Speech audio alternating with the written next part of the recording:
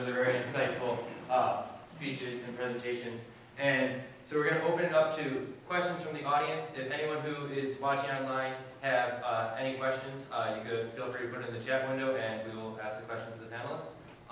So does anyone in the audience have any questions? Yep. Sorry, I've probably not taken enough time to formulate my question, but I'll just go for it. So yeah, I'm super interested in what you just said, Rob.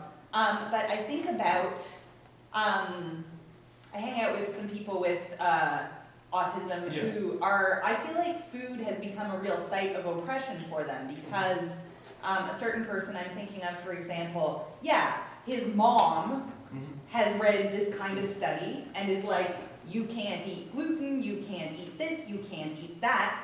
And it's really a problem for him because, you know, he goes to a party, let's say, and there's food out and he goes for it and there's like, you know, his support staff is all on him, like, you can't eat that. And I feel like it's like, how do you navigate that then? Because it becomes, like, well, here's where I haven't formulated it, but like, because neurotypical people are obviously in charge and our nutrition is like, you know, primary. I mean, obviously you're looking at a new world, but I don't know. I guess I just wanted to bring that up that like, even though the cutting edge of science is behind it, it doesn't necessarily mean that it's going to be socially at all. Absolutely. I think there are a bunch of questions here that need to be addressed. I mean, specifically with the world of allergies, there's an interesting cross-section because I think there is a lot that is being done to better our understanding of nutrition. There's also a lot that's being done to foster straight corporate and capitalist interests. I know people, for instance, who are nutrition students who say that one of the field of gluten, like the gluten-free movement, is one that is largely a self-created problem so that people can sell new and higher-priced products to people who do not actually have allergies in the first place, right? And so yes, you're absolutely right. There's definitely a pressure, but there's also like the pressure of like how do we move forward? And the answer is, well, first we got to find a way to break down. I think we got to find a way to break down. This is, I guess, swirling the question, but bear with me. Like we've got to find a way to break down the other systems that determine how food and control are operated. And we also need to have a better understanding of how nutrition operates for the non-neuronormative and the non-normative body, because we don't have that understanding. These approaches in the scientific, like the idea that this was a possibility is mind-blowing to a number of scientists and is still rejected out of hand by others. So we need to have more science. This feels a little as a social activist, and it feels a little sickening. We got to have a lot more scientific studies here. But we also have to have a greater awareness of our responsibility to the non-normative, and we have to have an awareness of where can we offer help and where can we engage in acts of resistance against the corporate attempts to turn the autistic body into a site of profit. And those questions need to all be addressed, and I think those questions can be addressed better by other people than I. I think that's I think that you're right. That is an interesting starting point. This is an interesting set of locus of oppression we need to explore. Other questions?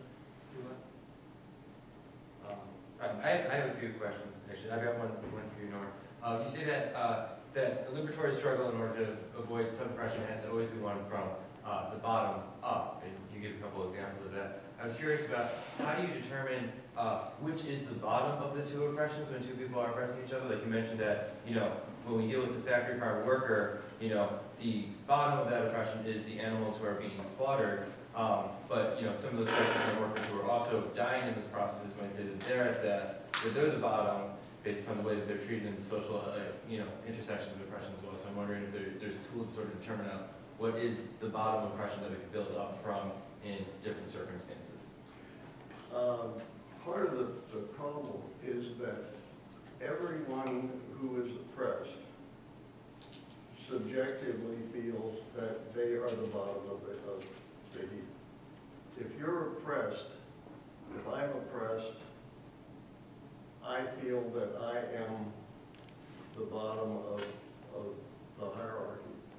So what I think we have to do is look at each individual situation and say where we are dealing with a sub-oppressor, for example, as in the case of the farm workers.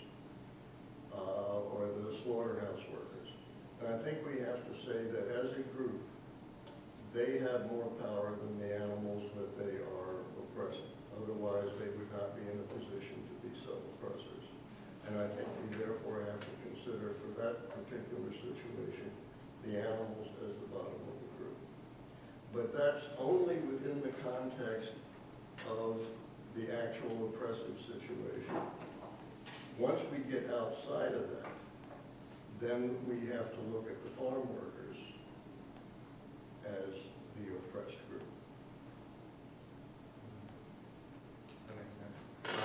Do you see like when it intersect like in other areas, like when we get into like, you know, race or people with disabilities who are then using, you know, animal assisted technology and stuff like that, is there, you know, is it always an issue of looking at the group, or is there room to also sort of look at how the individual plays into that equation? Well, I think you have to look at how the individual plays into that equation, but that can lead to paralysis. In other words, the farm workers are oppressed. If we help the farm worker, we help the oppression of the animals. The animals are oppressed.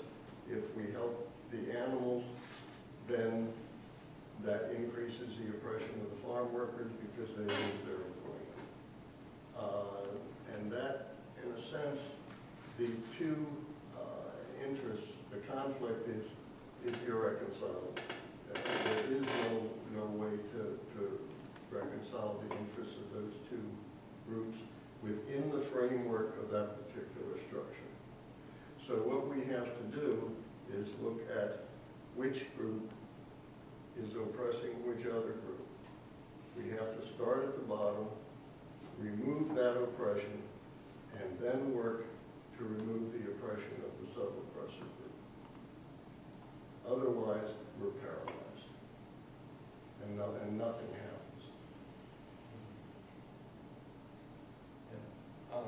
So I think it sort of like gets a little bit to the question I had for you, Morgan, was you talked about like how you know, we need to come up with sort of objective criteria to sort of figure out how we could, you know, how when, you know, people with disabilities and animals and technology, how we could make sure that the animals aren't being abused in the process of helping, you know, the people in these processes. Do you know what, like, how would you outline, like, what that objective criteria would be? Like, how do we know, you know, whether or not, you know, the monkey is fully consenting within that process? Like, obviously, we don't remove the teeth, but how do we know beyond that? I think, like, right off the bat, with the wild animal interactions, I think it's, you know, 100% should be done. So I'm not even going to attempt to find ways to like regulate it or even like posit on that.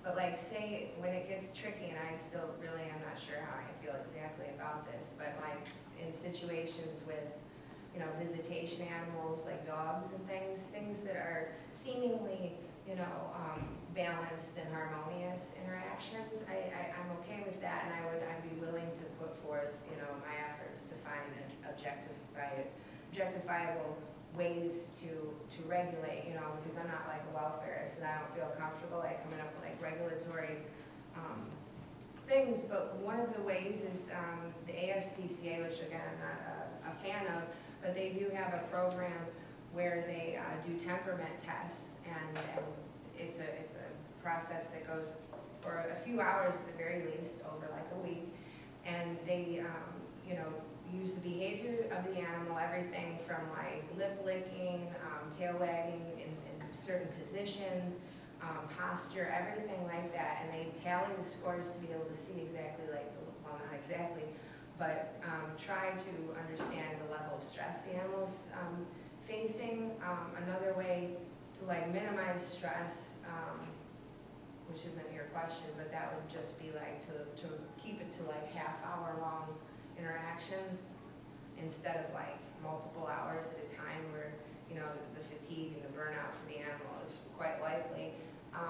In the situation, you know, you can even do this with dolphins and things and primates, but you can take cortisol levels right straight from the saliva, and I'm not sure how easy or quick they are to develop, but we can, you know, it's a non-invasive way of taking samples and finding the stress levels at any given time. But again, I don't know how quick that is. So, but if